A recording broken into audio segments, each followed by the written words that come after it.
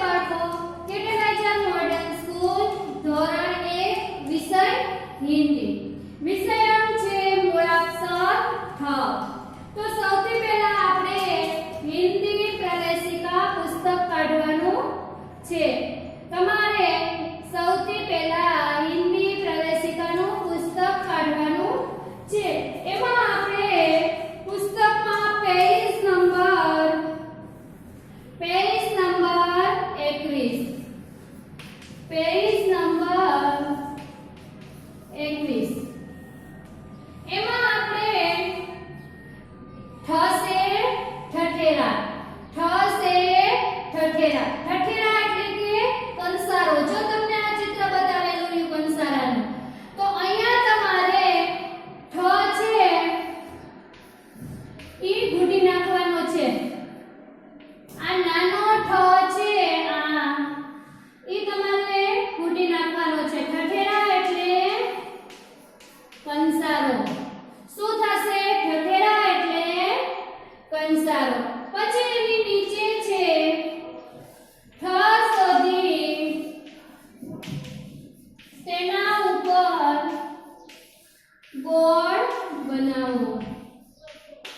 ઠ શોધીને તેના ઉપર ગોળ બનાવો. આપણે નીચે આવું બોક્સ આપેલું છે તમને.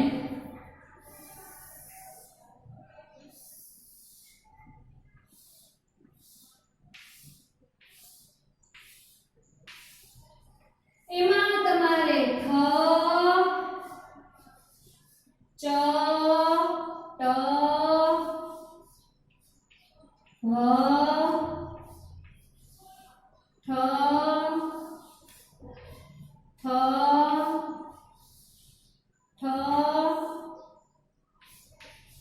ડ ઠ લ ન ક ઠ અને ખ. આમાં આપણે ઠ શોધીને તેના ઉપર ગોળ બનાવો. તો આપણે આમાં ઠ જોવાનો છે, તો આમ આંગળી નાખી અને જોવાનું. તો ઠઠેરાનો ઠ થશે ઠઠેરા. એની ઉપર આપણે ગોળ કરવાનું છે. પછી આ શું છે? તો કે ચ. આ ટ ભ. આ તો કે થશે ઠઠેરા. પછી ખ. પછી થશે ઠઠેરા. પછી ડ. આ તો કે થશે ઠઠેરા. પછી લ ન ક થશે ઠઠેરા. અને છે ખ. આપણે આમાં ઠ શોધીને તેના ઉપર ગોળ કરવાનું હતું. પછી એની નીચે એ ને પેજ ઉપર રંગ પૂરો. રંગ પૂરો. તો એ ઠમાં તમને ગમતો મોટો જે પહેલો છે એમાં તમને ગમતો કોઈ પણ મનપસંદ રંગ પૂરવાનો છે. પછી બાજુમાં છે ટપકાને જોડો. તો એમાં તમારે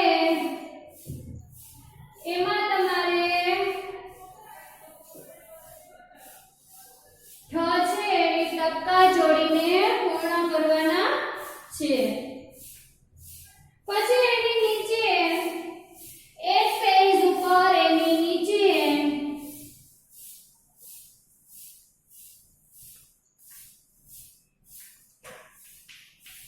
વાંચો અને લખો. તો તમારે આવા ઠ આપેલા છે અને 5 છે ઈ લખવાના છે.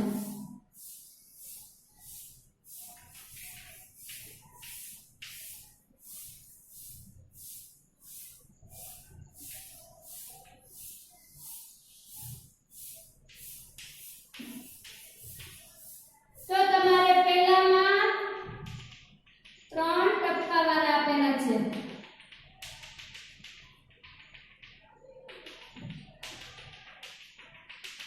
બીજામાં 2 આપેલા છે.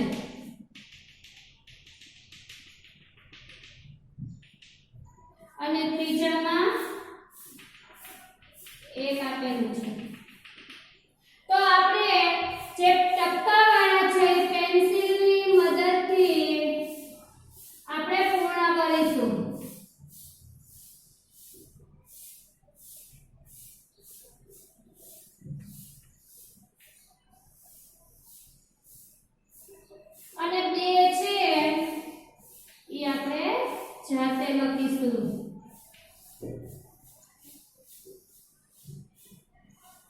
પછી નીચેની લીટીમાં બે આપેલા છે તમારે ટપકાવાળા, એટલે બે આપણે ટપકા છે એ પૂર્ણ કરીશું અને 3 જાતે લખીશું.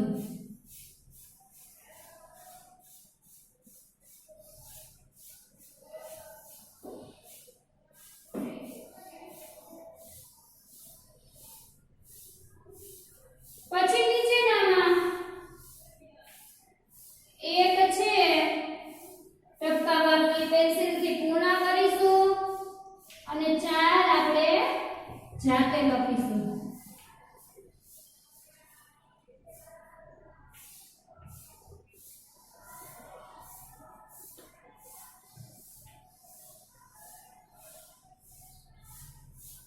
પછી એના પછીના પેજ ઉપર પેજ નંબર 22 પેજ નંબર 22 આપણે એના પછીનો પેજ તમારે ફેરવવાનું છે. પાછળના પેજ ઉપર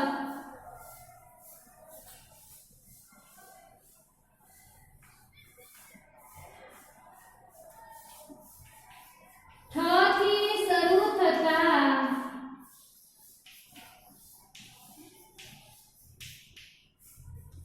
ચિત્રો સાથે જોડો. જો તમારે પુસ્તકમાં ચિત્ર અને નીચે નામ બંને આપેલા હતા, અહીંયા આપણે ખાલી નામ જ લખીશું. ઠહાકા, સોરી, પુસ્તકમાં તમારે ચિત્ર અને નામ બંને છે. આપણે અહીંયા ખાલી નામ જ લખીશું. તો ઠ હા કા, પછી છે ઠ ગ, પછી છે ખરગોશ, પછી ઠેલા, પછી ગધા, ઠઠેરા અને ઘડા. ને વચ્ચે તમારે ઠ આપેલો છે. તો આપણે આમાં શું લખી છે સૂચના? તો કે ઠ થી શરૂ થતા ચિત્રો સાથે જોડો. પુસ્તકમાં તમારે ચિત્ર આપેલા છે, અહીંયા બોર્ડ ઉપર ખાલી મેં નામ લખેલા છે. તો તમારે અહીંથી ઠ થી શરૂ થાય છે તો આપણે ઠ સાથે જોડીશું. પછી ઠગને તો કે ઠ થી શરૂ થતો શબ્દ છે એટલે એને જોડીશું. પછી ખરગોશમાં ઠ નથી એટલે એમાં જોડવાનું નથી. પછી ઠેલા તો ઈ ઠ થી શરૂ થાય છે એટલે આપણે જોડીશું. પછી ગધા તો ઈ આપણે નથી જોડવાનું. પછી ઠઠેરા તો ઈ ઠ થી શરૂ થાય છે એટલે આપણે જોડીશું અને ઘોડા છે ઈ એમનો રહેવા દેવાનું. પછી બાજુમાં છે ઠની નીચે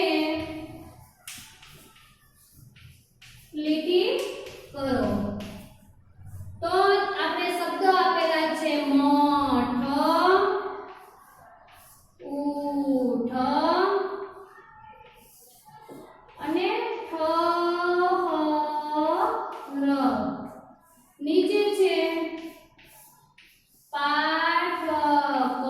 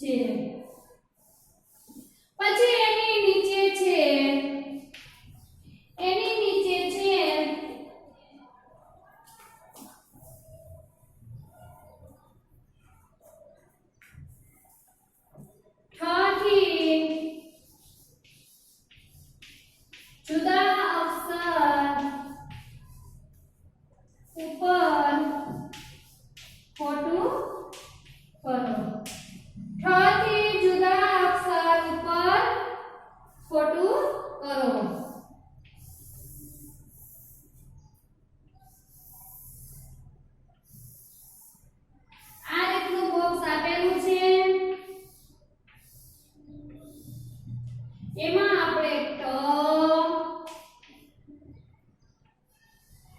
ઠ ડ ઠ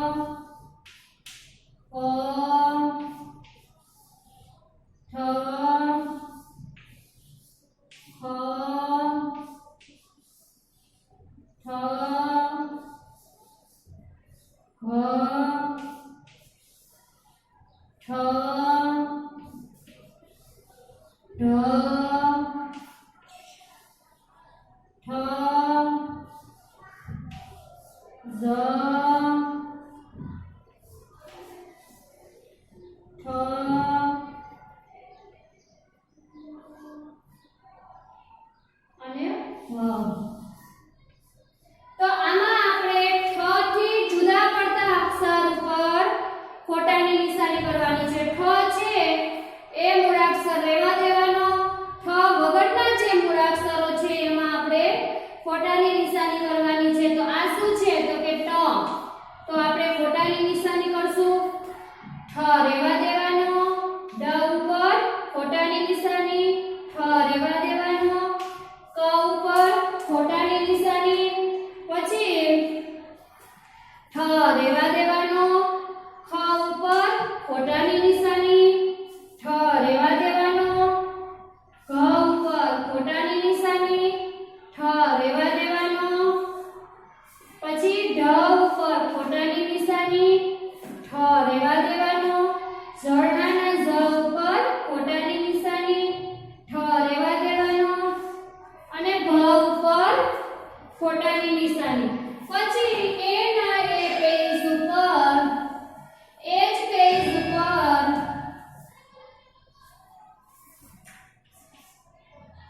વાંચો અને લખો. વાંચો અને લખો. તો એમાં તમારે ચિત્ર આપેલા છે. જો ઠહાકા,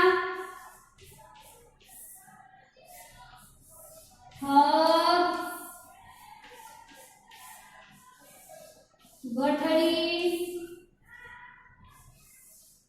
અને થેલા. તમારે ચિત્ર આપેલા છે. એમાં જો નીચે પેમાં તમારે ઠ છે એ પેન્સિલ ટપકાવાળા આપેલા છે એ તમારે જોડવાના છે. તો ઠહકામાં જો પહેલા બે ઠ આપેલા રહ્યા એ પેન્સિલ થી જોડીને પૂર્ણ કરવાના. પછી ઠગમાં ઠ આપેલા છે